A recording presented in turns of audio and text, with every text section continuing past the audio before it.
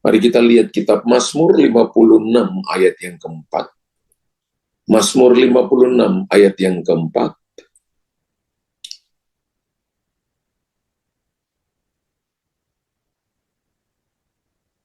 Kepada Allah yang firman-Nya kupuji, kepada Allah aku percaya.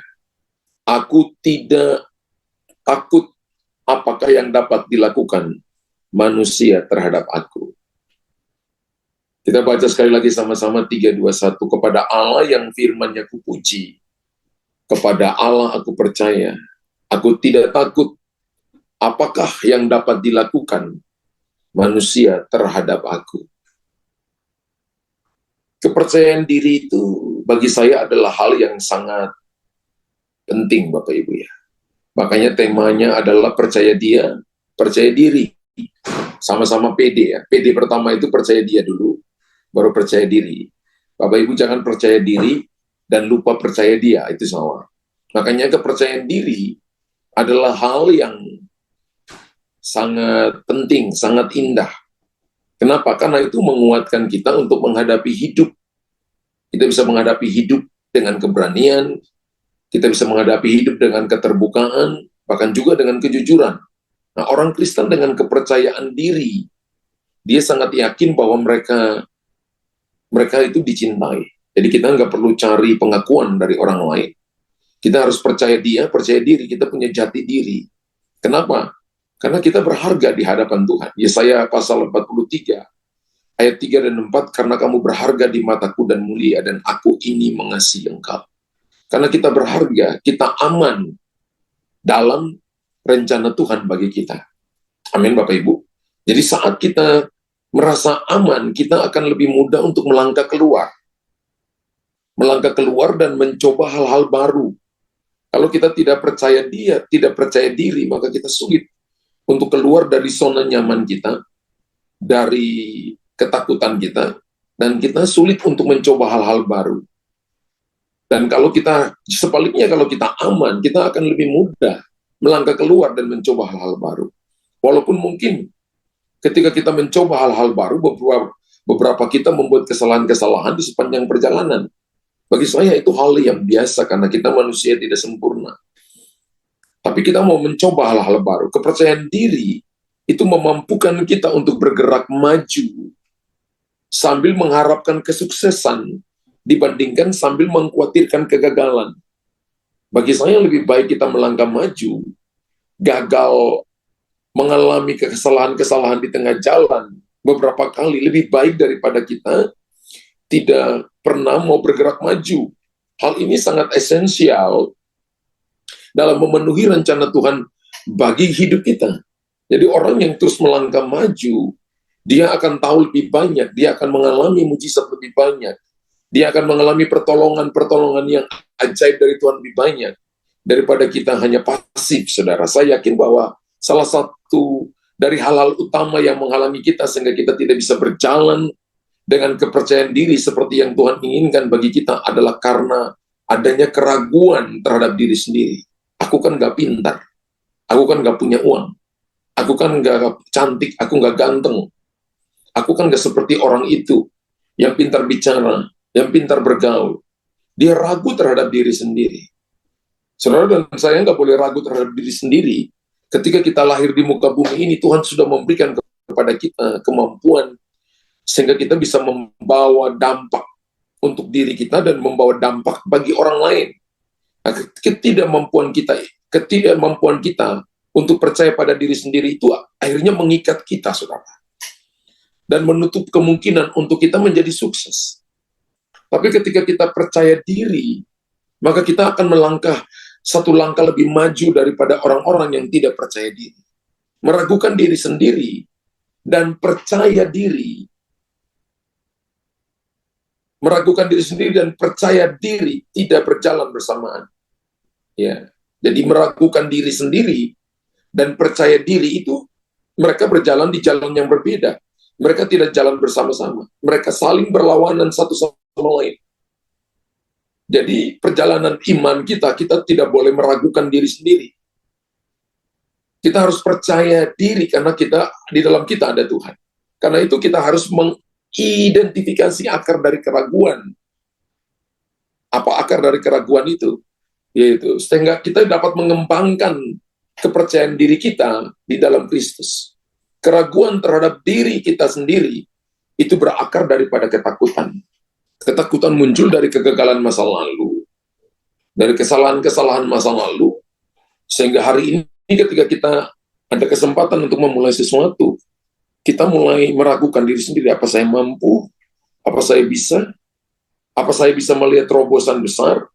Karena itu saya katakan bahwa keraguan terhadap diri sendiri itu berakar dari ketakutan. Keraguan terhadap diri sendiri adalah jenis ketakutan yang sangat menyiksa. Sehingga akhirnya mulai dari keraguan, itu akan menyiksa dia waktu tidur, itu akan menyiksa dia di dalam pekerjaan, karena dia terintimidasi dengan kegagalan-kegagalan masa lalu, sehingga meragukan dirinya sendiri. Padahal kemarin, hari ini, bahkan Tuhan merancang kepada kita hari esok yang penuh harapan. Karena keraguan terhadap diri sendiri, itu adalah jenis ketakutan yang menyiksa. Dan saya doa supaya Bapak Ibu dan saya tidak berjalan mengikuti Tuhan dalam keraguan. Karena keraguan yang menyiksa ini menyebabkan kita takut untuk membuat kesalahan dan membuat keputusan yang salah. Padahal, saudara, dengan kesalahan-kesalahan yang kita buat, kita menjadi pintar. Kalau kita nggak pernah coba sesuatu dan karena tidak pernah buat salah, kita nggak akan tahu bagaimana cara kerja dengan baik, cara melayani dengan baik, cara membangun bisnis kita, pelayanan kita dengan baik. Justru dengan kesalahan-kesalahan itu kita mulai belajar. Ya, kita mulai belajar, tapi nggak boleh masukkan keraguan dalam diri kita. Karena itu adalah ketakutan yang menyiksa. Bagi kebanyakan orang, hal ini berakar dari sebuah fakta bahwa mereka mempunyai perasaan yang salah tentang siapa diri mereka sebenarnya. Jadi menghakimi diri sendiri. Hidup dalam kesalahan-kesalahan yang dia bawa dari masa lalu sampai sekarang. Sehingga akhirnya membuat dia selalu merasa bahwa dia tidak mampu untuk melakukan itu. Jadi keraguan muncul. Perasaan yang berakal dalam diri ini seringkali menahan kita untuk menerima diri kita sendiri. Dan mempunyai kepercayaan diri yang kita butuhkan untuk membuat berbagai keputusan. Jadi perasaan ini selalu berakar dalam diri kita, menahan sehingga kita nggak percaya diri. Akibatnya atau hasilnya kita hanya hidup di dalam kebingungan dan kebimbangan karena kita begitu takut untuk berbuat salah. Saya temukan beberapa orang, mereka melayani, tapi mereka penuh keraguan. Mereka melayani, tapi mereka penuh dengan yang namanya tidak percaya diri. Mereka melayani, tapi dia takut tampil di depan untuk sharing tentang apa yang Tuhan lakukan bagi dia. Dia melayani, tapi dia sangat ragu-ragu dalam mengambil keputusan-keputusan yang harusnya menjadi kesempatan untuk dia melangkah maju. Dan keraguan-raguan dan ketidakpercayaan diri ini menggerogoti hidupnya bukan cuma 1-2 tahun, bertahun-tahun, puluhan tahun. Sehingga lama-lama dia mulai sakit tulang belakang, sakit pinggang, lama-lama masuknya ke ginjal, larinya ke jantungnya. Orang yang ragu terhadap dirinya sendiri sama dengan orang yang bimbang dan mendua hati. Jadi ketika kita ragu terhadap diri sendiri, tidak percaya terhadap kekuatan kita, tidak percaya tentang apa yang Tuhan berikan kepada kita, maka itu sama dengan orang yang bimbang dan yang mendua hati. Alkitab mengatakan dalam Yakobus pasal yang pertama, ayat 5 sampai ayat yang ke-8. Yakobus pasal pertama, ayat 5 sampai ayat yang ke-8. Tapi apabila di antara kamu ada yang kekurangan hikmat, hendaklah ia memintanya kepada Allah, yang memberikan kepada semua orang dengan murah hati, dengan tidak membangkit-bangkit. Maka hal itu akan diberikan kepadanya. Ayat yang ke-6, hendaklah ia memintanya dengan iman, dan sama sekali jangan bimbang. Alkitab katakan ketika kita datang berdoa, meminta sesuatu dari Tuhan, hendaklah ia harus datang dengan iman, dan Tuhan larang datang dengan bimbang. Sebab orang yang bimbang sama dengan gelombang laut yang diombang-ambingkan kian kemari oleh angin. Orang yang demikian janganlah mengira bahwa ia akan menerima sesuatu dari Tuhan. Sebab orang yang mendua hati tidak akan tenang dalam hidupnya. Ternyata ketika saudara dan saya ragu terhadap diri sendiri, tadi saya katakan bahwa orang yang ragu terhadap dirinya sendiri itu sama dengan orang yang bimbang dan mendua hati. Orang ini tidak tenang dalam hidupnya. Orang ini tidak akan dapat apa-apa di dalam doanya. Mungkin dia berdoa tapi selalu ragu. Dia berdoa tapi tidak percaya bahwa Tuhan telah menjawab doanya. Dan bahwa Tuhan tidak dapat menjawab doa dari seorang yang mendua hati karena dia tidak stabil dalam segala jalannya. Orang tidak stabil adalah orang yang selalu ragu dengan Tuhan. Ini tahun di mana tahun membuka pintu bagi kita. Dan kita tidak boleh ragu sama sekali. Kita tidak boleh bimbang. Kita harus percaya firman Tuhan. Keraguan terhadap diri sendiri itu dapat menyebabkan kita kembali ke belakang. Atau keraguan terhadap diri sendiri bisa membuat kita selalu bersembunyi. Kita tidak mau bergerak maju ke arah yang Tuhan tunjukkan bagi kita. Kita selalu kembali ke belakang. Kita selalu mundur. Kita selalu kembali ke belakang. Dan ini merupakan tindakan atau respons terhadap rasa takut. Karena kita takut berbuat salah lagi. Kita takut nanti orang ngomongin kita apa. Kita takut nanti kita jatuh kembali. Kita takut nanti kita gagal kembali. Kita selalu mundur ke belakang. Padahal Tuhan akan menolong kita, bahkan Tuhan akan memberikan respons ketika kita bertindak dalam iman, bukan dalam ketakutan. Amin. Hendaklah ia datang dengan iman dan jangan bimbang. Tuhan akan memberikan respons ketika kita datang, ketika kita bertindak dalam iman. Setiap kali Bapak, Ibu, dan saya bertindak dalam iman, maka Tuhan akan intervensi itu, Tuhan akan meresponi itu. Tapi ketika kita datang dengan kebimbangan dan keraguan-raguan, ketidakpercayaan terhadap diri sendiri, bahkan ketakutan, maka kita tidak akan mendapatkan apapun. Tuhan tidak akan menjawab kita. Sementara, saudara lihat ketika kita berjalan dalam keraguan-raguan, musuh akan menggunakan rasa takut untuk mencobai dan menghalangi kemajuan kita, serta mencuri tujuan dan fokus kita. Semua yang saudara dan saya mulai dengan baik, ketika kita kemudian ketakutan dan ragu di tengah jalan, maka setan akan datang dan mencuri. Yohanes pasal 10 ayat 10 berkata, setan datang untuk mencuri, membunuh, dan membinasakan. Tapi Yesus datang untuk memberi hidup, memberinya dalam segala kelimpahan. Jadi ketika saudara dan saya datang kepada Tuhan dengan iman, maka Tuhan meresponinya. Maka yang terjadi adalah kita akan mendapatkan namanya kelimpahan. Kelimpahan mungkin bukan cuma uang, tapi kelimpahan damai sejahtera. Kelimpahan di dalam kekuatan, kelimpahan dalam anugerah. Karena Tuhan bekerja melalui iman untuk memenuhi panggilannya atas hidup kita. Jadi iman itu merupakan sarana yang Tuhan pakai untuk memenuhi panggilannya atas kita. Jadi ketika tidak ada iman, justru sebaliknya ketakutan dan keraguan-raguan, maka saudara dan saya tidak akan bisa membuat panggilan Tuhan bekerja atas kita. 2 Timotius 1 ayat yang ke-7 berkata begini, sebab Allah memberikan kepada kita bukan roh ketakutan, melainkan roh yang membangkitkan kekuatan, kasih, dan ketertiban. Tuhan memberikan kepada kita triple key, yaitu kekuatan, kasih, dan ketertiban. 3K, kekuatan, kasih, dan ketertiban. 1K yang minusnya itu Bapak Ibu harus tolak, yaitu ketakutan. Ketakutan itu terjadi karena kesalahan-kesalahan masa lalu. Ketakutan itu terjadi karena keputusan-keputusan masa lalu yang terjadi berulang-ulang kali, sehingga akhirnya ketika Bapak Ibu dan saya kita bangkit kembali, dipulihkan kembali, ketakutan-ketakutan ini dipakai oleh musuh untuk mengintervensi kita, bahwa kita nggak akan mungkin sampai kepada tujuan dan fokus yang Tuhan telah berikan kepada kita. Tapi hari ini kita tahu bahwa ketakutan itu tidak pernah datang dari Tuhan. Tuhan tidak pernah maksudnya memberikan kepada kita ketakutan.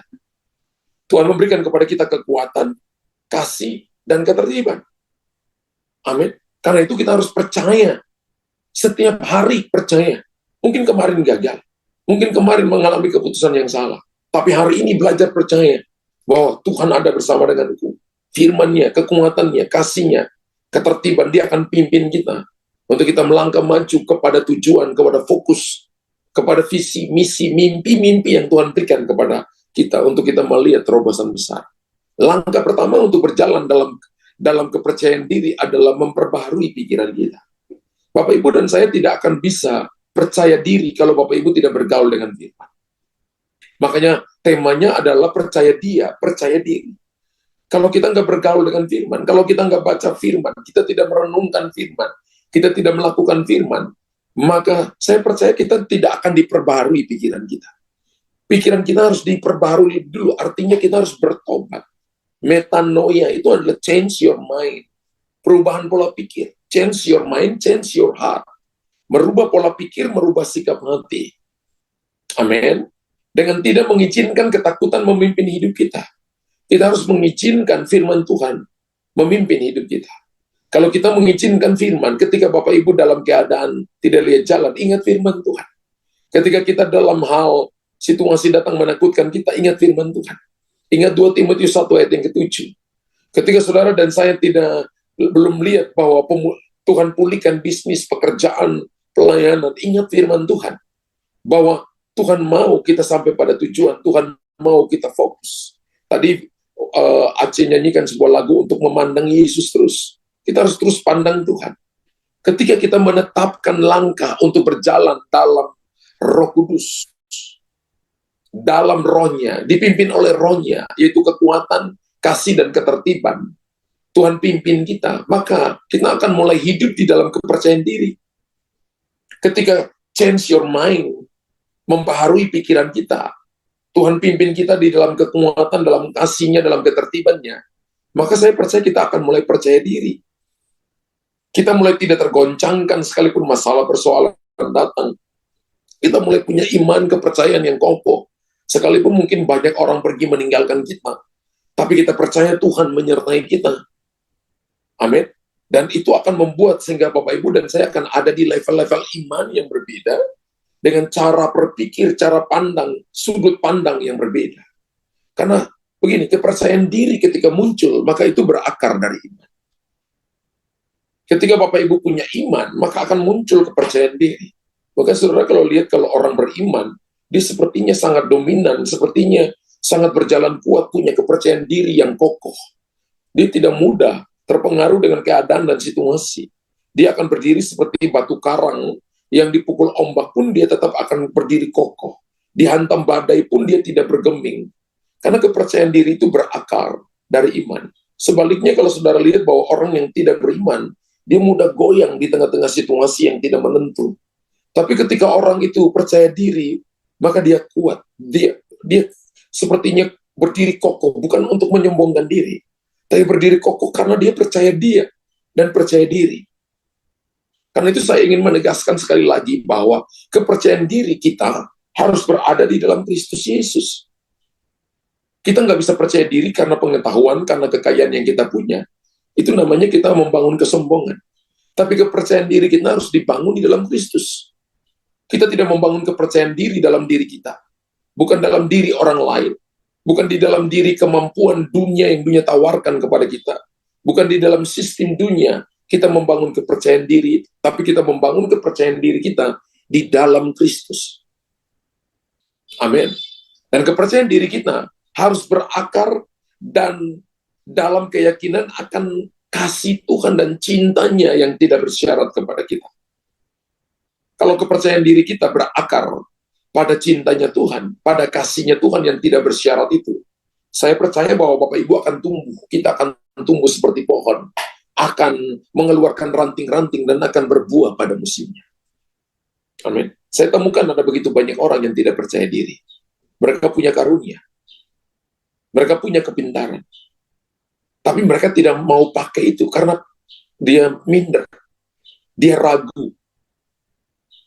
Sudah dilatih, tapi dia tidak pernah mau maju. Sudah diajar, tapi dia tidak pernah mau melangkah. Dan orang ini akan mengalami yang namanya circle problem. Karena kemenangan terbesar kita pertama adalah kemenangan terhadap diri sendiri. Ketika kita menang terhadap diri sendiri, maka kita akan keluar dan menjadi pemenang kehidupan.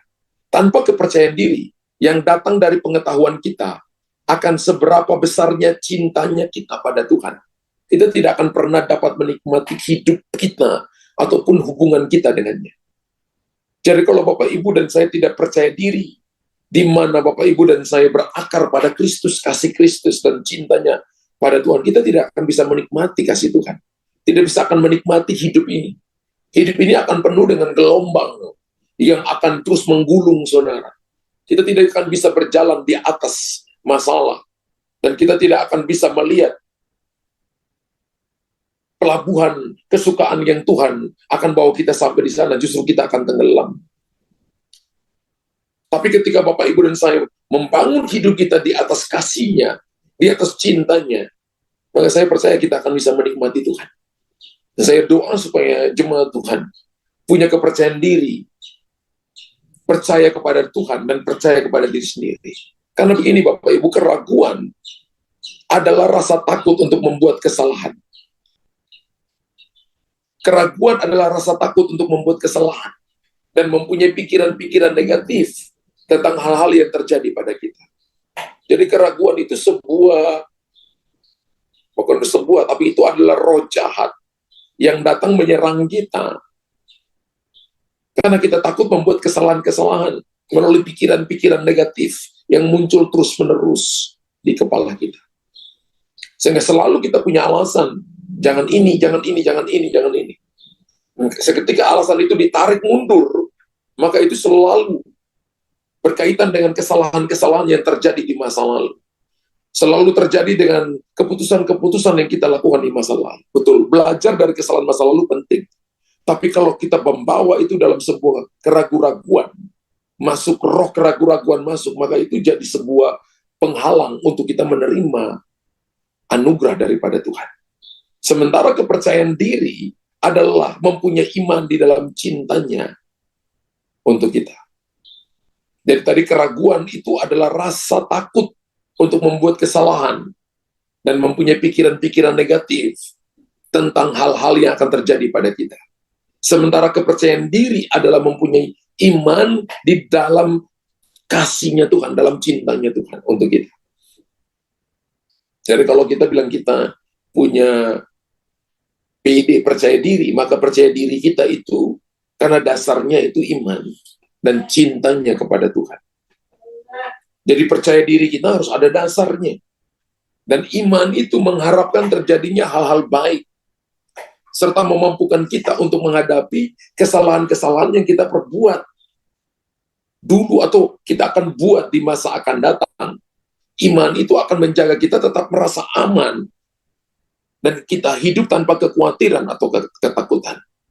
Pastikan Bapak Ibu bahwa perjalanan kita, sekalipun ada tantangan, ada masalah, jangan sampai kita khawatir atau kita takut. Karena ketakutan tidak berasal dari Tuhan. Di dalam kerajaan Allah, saudara dan saya tidak boleh punya perasaan ketakutan. Tapi saya manusia, iya.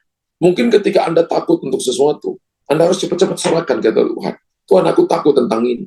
Serahkan kepada Tuhan, supaya Tuhan memberikan kepada kita kekuatan, kasih, dan ketertiban. Tuhan memberikan kepada kita kasih-Nya, cintanya, karena kasih-Nya Tuhan itu melenyapkan ketakutan. Kalau kita baca di dalam 1 Yohanes pasal yang keempat, Alkitab berkata begini, bahwa kasih yang sempurna itu melenyapkan ketakutan. Karena ketakutan itu mengandung hukuman, tapi kasih mengalahkan ketakutan. Jadi ketika kita takut, kita harus berakar di dalam cinta dan kasih-Nya Tuhan. Keyakinan bahwa kita dapat mencapai sukses dengan perkenanannya membantu kita itu menghadapi dan menangani setiap tantangan yang kita jumpai dalam hidup kita. Jadi ketika kita punya iman, maka kita siap menghadapi masalah. Seiring dengan meningkatnya pengertian kita akan cintanya Tuhan atau perkenanan Tuhan, lewat kepercayaan diri kita juga akan terus meningkat kepada Tuhan. Jadi ketika kita punya kedalaman, mengerti kasih Tuhan, mengenal kasih Tuhan, perkenanan Tuhan itu akan datang, maka level kepercayaan diri kita juga akan meningkat. Saudara, pokoknya bicara dengan seseorang yang level percaya Tuhan itu dengan sungguh-sungguh, dan Anda merasa seperti, wow, ini orang ini sudah mungkin seperti malaikat. Tapi sesungguhnya itu adalah kepercayaan diri, saudara. Mungkin ketika dia percaya, hari itu nggak terjadi. Ketika hari ini dia ngomong, itu belum terjadi. Tapi itu namanya iman. Selama itu dasarnya firman Tuhan, dasarnya itu untuk memuliakan Tuhan, maka itu akan membuat Tuhan meresponinya. Lambat atau cepat Tuhan akan meresponinya. Nah, sebagai hasilnya, kita akan menjadi lebih nyaman dengan siapa diri kita yang sebenarnya, dan mampu untuk menjalani kehidupan dengan keyakinan bahwa kita dapat menangani apapun yang ada di depan kita. Karena kenyamanan bahwa saudara dan saya dasarnya percaya kepada Tuhan, berakar dalam kasih dan cintanya Tuhan, akan membuat kita mampu untuk menjalani hidup ini, membuat kita mampu untuk menjalani tanggung jawab yang Tuhan percayakan kepada kita. 1 Yohanes 4 tadi yang saya katakan ayat 18 berkata, di dalam kasih tidak ada ketakutan. Kasih yang sempurna melenyapkan ketakutan. Sebab ketakutan mengandung hukuman, dan barang siapa takut, ia tidak sempurna dalam kasih. Amin. Amin, Bapak Ibu. Firman Allah berkata, di dalam kasih tidak ada ketakutan. Bayangkan Yesus adalah kasih. Ketika kita terima Dia sebagai Tuhan dan Juru Selamat dalam kita, yang tidak boleh ada dalam kita adalah ketakutan. Karena ketakutan mengandung hukuman, dan barang siapa takut, ia tidak sempurna dalam kasih. Saat saudara dan saya memilih untuk tetap memandangnya, saat kita tetap memilih untuk mencintainya, maka saudara dan saya itu sebenarnya menghilangkan rasa takut dan ragu terhadap diri sendiri.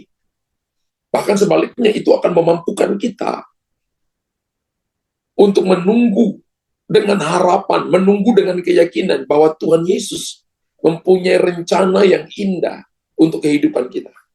Amin. Jadi kita membalikan keadaan. Ketika saudara takut, maka ingat firman. Ketika kita takut, maka sadar bahwa Tuhan ada bersama-sama dengan kita. Menjadi percaya diri di dalam Kristus, itu penting, saudara. Kita harus percaya diri selama kita percaya dan mengandalkan kekuatan Kristus yang ada dalam kita. Ketika kita percaya diri karena Yesus ada dalam kita, maka saya percaya hidup kita pasti perjalanannya akan berbeda. Saya tidak berkata bahwa kita tidak akan hadapi masalah. No. Justru ketika saudara dan saya hidup sungguh-sungguh dengan Tuhan, satu neraka akan serang kita. Ya, setan akan menyerang kita, setan akan mencoba menjatuhkan kita.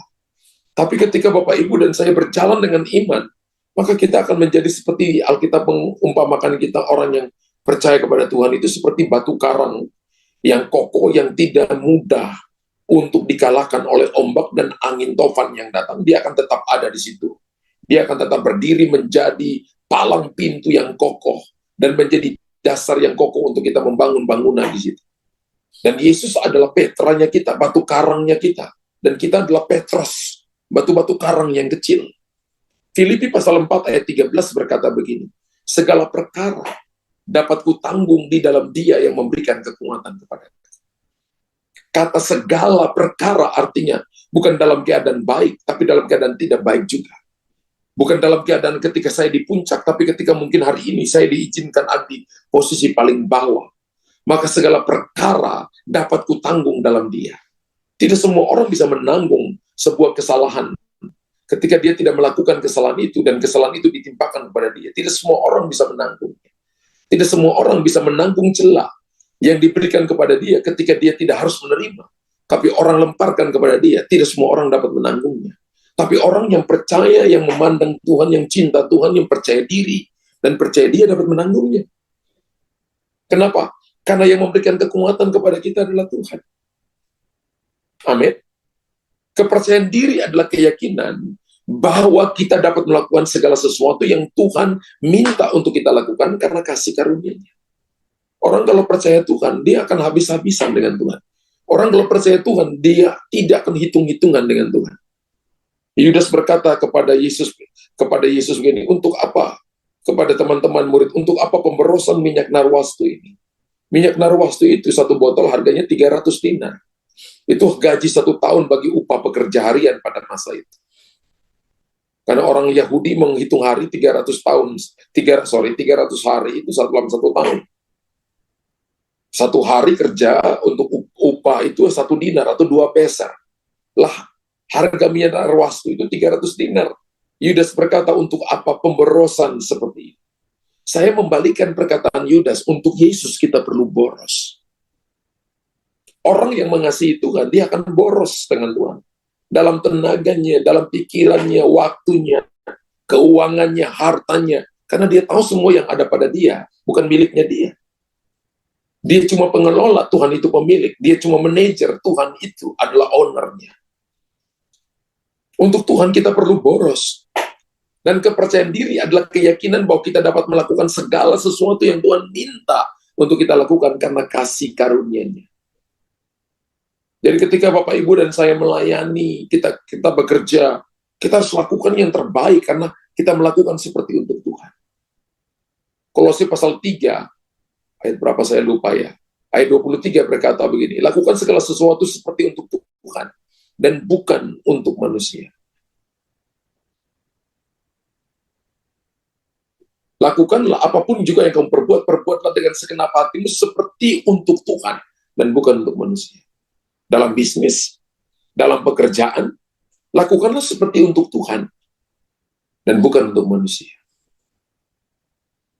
Artinya memandang Tuhan, fokus kepada Tuhan. Melalui kekuatannya, kita dapat mengalahkan keraguan terhadap diri sendiri dan pikirannya yang negatif. Bertahun-tahun yang lalu, saya mempunyai masalah yang serius dengan kekurangan rasa percaya diri. Saya ingat ketika kalau ada orang datang ke rumah, saya masuk ke dalam kamar, saya sembunyi dalam kamar. Saya nggak mau ketemu orang. Saya dulu orang yang paling minder, nggak bisa bicara di depan. Ya, nggak bisa bicara di depan. Saya kekurangan rasa percaya diri karena saya tumbuh mungkin dalam keluarga yang mungkin tidak, dalam tanda petik, tidak memberikan dorongan awalnya. Atau dalam pergaulan yang buruk mungkin. Tapi ketika Tuhan pulihkan hati saya pulih. Amin. Kemudian saya belajar percaya kepada Tuhan, bahwa Tuhan sanggup menolong saya. Ketika saudara dan saya yang tadinya rasanya minder, tidak percaya diri, ragu-ragu dengan diri, rasa tidak mampu, datang kepada Tuhan karena Dia mampu untuk mengubah keadaan ini menjadi lebih baik.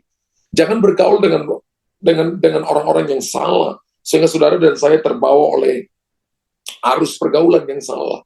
Bergaulah dengan orang-orang yang rohaninya baik, bergaulah dengan orang-orang yang suka berdoa, bergaulah dengan orang-orang yang suka beribadah, bergaulah dengan orang-orang yang suka mengampuni, bergaulah dengan orang-orang yang tidak fokus kepada kesalahan-kesalahan yang lalu, bergaulah dengan orang-orang yang memandang kepada masa depan, maka kekuatanmu akan diperbarui, percaya dirimu akan diperbarui, karena Anda mulai percaya kepada Tuhan. Banyak kali kekuatan kita muncul itu dari keputusasaan. Tuhan menciptakan setiap kita dengan kehendak bebas. Kita punya free will, Bapak Ibu. Sebagai orang percaya, kita dapat mengalahkan semua hal negatif yang iblis rencanakan bagi kita dengan melatih kekuatan kita untuk belajar sepakat dengan Tuhan dan janji-janjinya. Kita bisa tengking dalam nama Yesus. Kita bisa tolak dalam nama Yesus. Benar? Tapi banyak kali orang-orang yang peroleh kekuatan itu muncul dari kepada keputusasaan. Seberapa besar pun keraguan yang kita rasakan, kita dapat memutuskan hari ini untuk tetap maju dalam iman atau mundur, untuk tetap melangkah ke depan atau berdiri di tempat dan mengasihani diri sendiri dan membuat keraguan-raguan menguasai hidup kita. Percayalah kepada Tuhan. Percaya diri. Maka Anda akan melihat bahwa Anda akan ada di level-level yang berbeda. Yesaya 24 ayat 15. Yosua 24 ayat 15 berkata begini, tetapi jika kamu anggap tidak baik untuk beribadah kepada Tuhan, pilihlah pada hari ini kepada siapa kamu akan beribadah. Ilah. Nanti kalau Bapak Ibu baca Alkitab ada tulisan Allah, depannya huruf kecil, jangan baca Allah, tapi baca ilah. Itu tulisannya sebenarnya dewa. Ilah yang kepadanya nenek moyangmu beribadah di sungai Efrat, atau ilah orang Amori yang negerinya kamu diamini. Tapi aku dan seisi rumahku, kami akan beribadah kepada Tuhan. Yosua dalam perjalanan hidupnya, akhir hidupnya, dia bicara kepada orang Israel, pilih hari ini kepada siapa kamu akan beribadah. Kepada ilah yang ada di seberang sungai Efrat, ilah orang Amori, yang negerinya kamu diamini. Tapi Yosua berkata, tapi aku dan seisi keluargaku akan melayani Tuhan. As for me and my house, we will serve the Lord.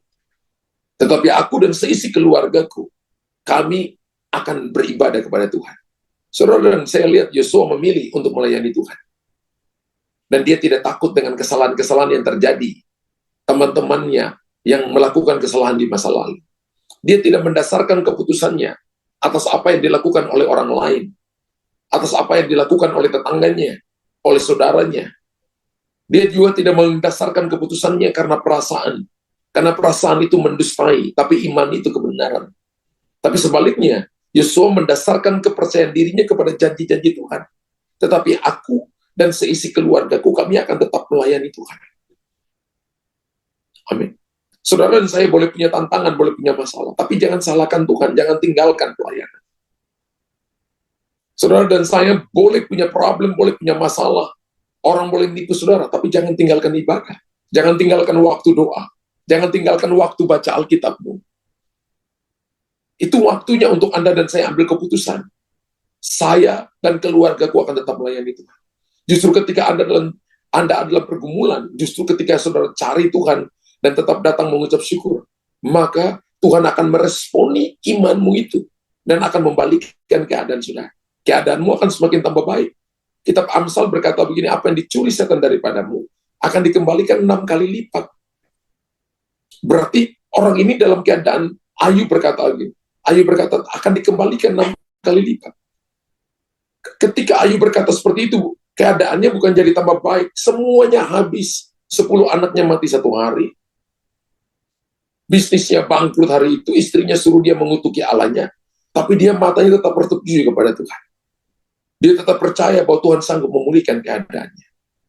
Dan kita harus memiliki iman seperti yang dimiliki oleh Ayub, bisa bertahan di masa-masa sukar, dan tidak melepaskan Tuhan sama sekali.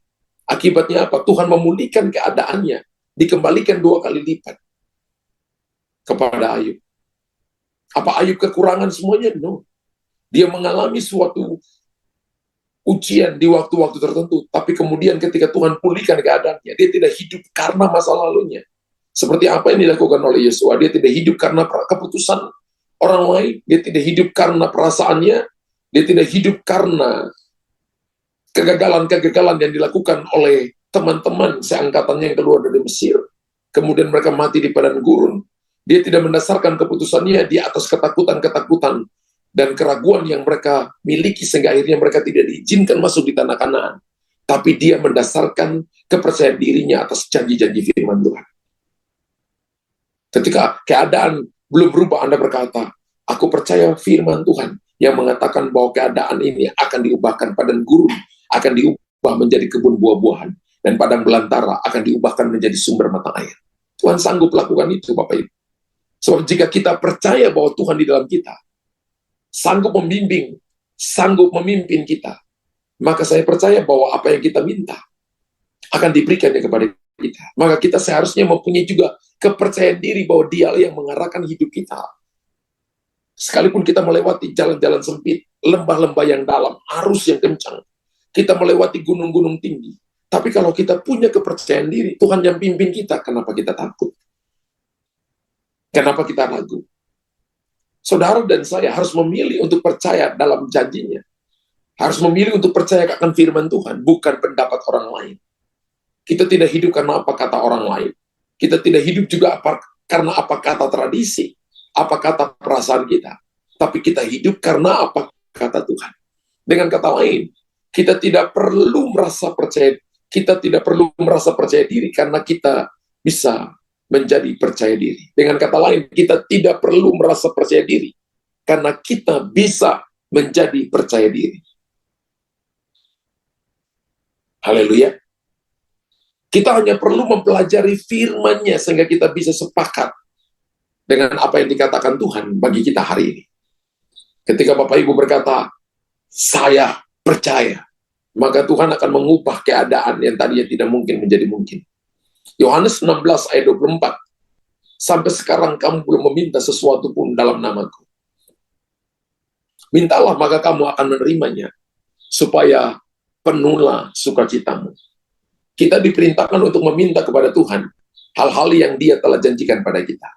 Minta. Beberapa saudara berkata, Saya sudah minta tapi belum dapat. Doa yang benar itu adalah berdoa sampai jawaban doa itu datang. Jadi kalau Bapak Ibu doa dan jawaban belum datang, Bapak Ibu belum doa benar. Berdoalah sampai jawaban doa itu datang. Saya pernah temukan satu keluarga, mereka bilang, kami sudah berdoa 7 tahun, pastor. Dan sekarang kami nggak mau berdoa lagi, kamu nggak mau datang ibadah lagi. Saya tanya kenapa? Mereka katakan karena Tuhan nggak jawab kami. Lalu apa yang kamu lakukan? Kami pergi ke paranormal. Kenapa kamu pergi ke paranormal? Pergi ke paranormal lebih cepat, pastor. Hah? Maksudnya kamu sudah dapat jawaban? Iya, kami sudah dapat jawaban. Saya bilang, berbahayalah.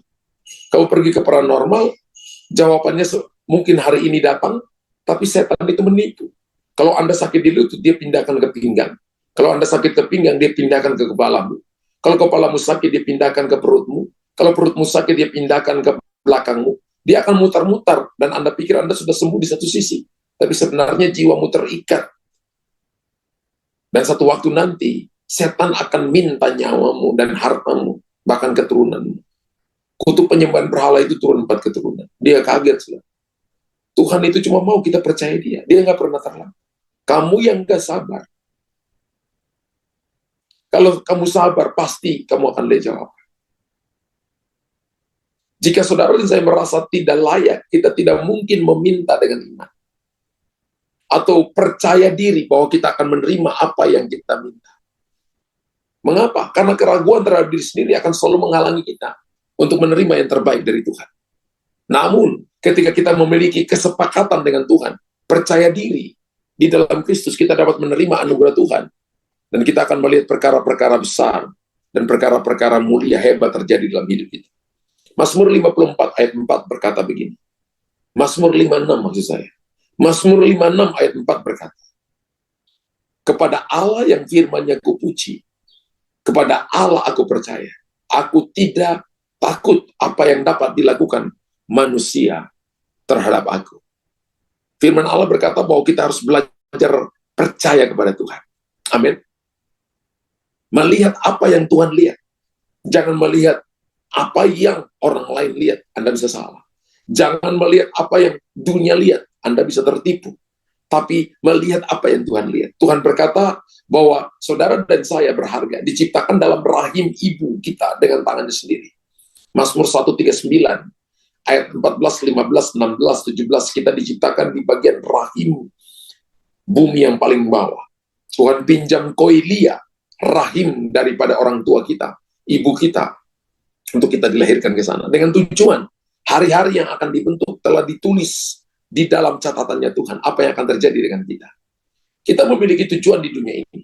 Dan Tuhan berkata bahwa dia memanggil kita dengan nama kita. Dan kita adalah kepunyaannya. Dia memanggil kita dengan nama, kita dilukiskan di telapak tangannya, dan kita adalah biji matanya. Tuhan selalu ingat kita. Jangan takut Bapak Ibu. Ambil waktu, mari kita ambil waktu sejenak. Lalu lihatlah ke dalam hati kita, apa yang ada dalam hati kita. Apakah keraguan-raguan? Apakah kita dipenuhi dengan iman, ataukah kepercayaan diri yang minus atau plus? Apakah kita punya pengenalan akan Tuhan yang dalam? Apakah kita tinggal dalam kasih Tuhan? Ataukah kita hidup karena apa kata orang? Apa kata tradisi? Atau sebaliknya kita hidup karena apa kata Tuhan? Jika jawaban Anda tidak sejalan dengan firman-Nya, saya mau mendorong saudara pagi ini untuk mulai memperbaharui pikiran kita. Mulai memperbaharui hati kita. Minta hati yang baru. Minta supaya Tuhan memperbaharui pikiran kita melalui firman-Nya. Supaya kita hidup percaya Dia dan percaya diri. Jangan biarkan perasaan memimpin kehidupan saudara. Karena perasaan itu mendustai. Tapi iman itu kebenaran. Ambil langkah iman. Dan mulailah mempercayai Tuhan hari ini. Pilihlah untuk sepakat dengannya. Dan percaya bahwa kita sangat berharga. Bapak Ibu tulis di kolom komentar. Saya sangat berharga. Dan Tuhan mempunyai rancangan masa depan yang hebat untuk kita semua. Dan itu dimulai kapan? Dimulai dari sekarang. Saya percaya bahwa pagi ini kita diberkati oleh Tuhan.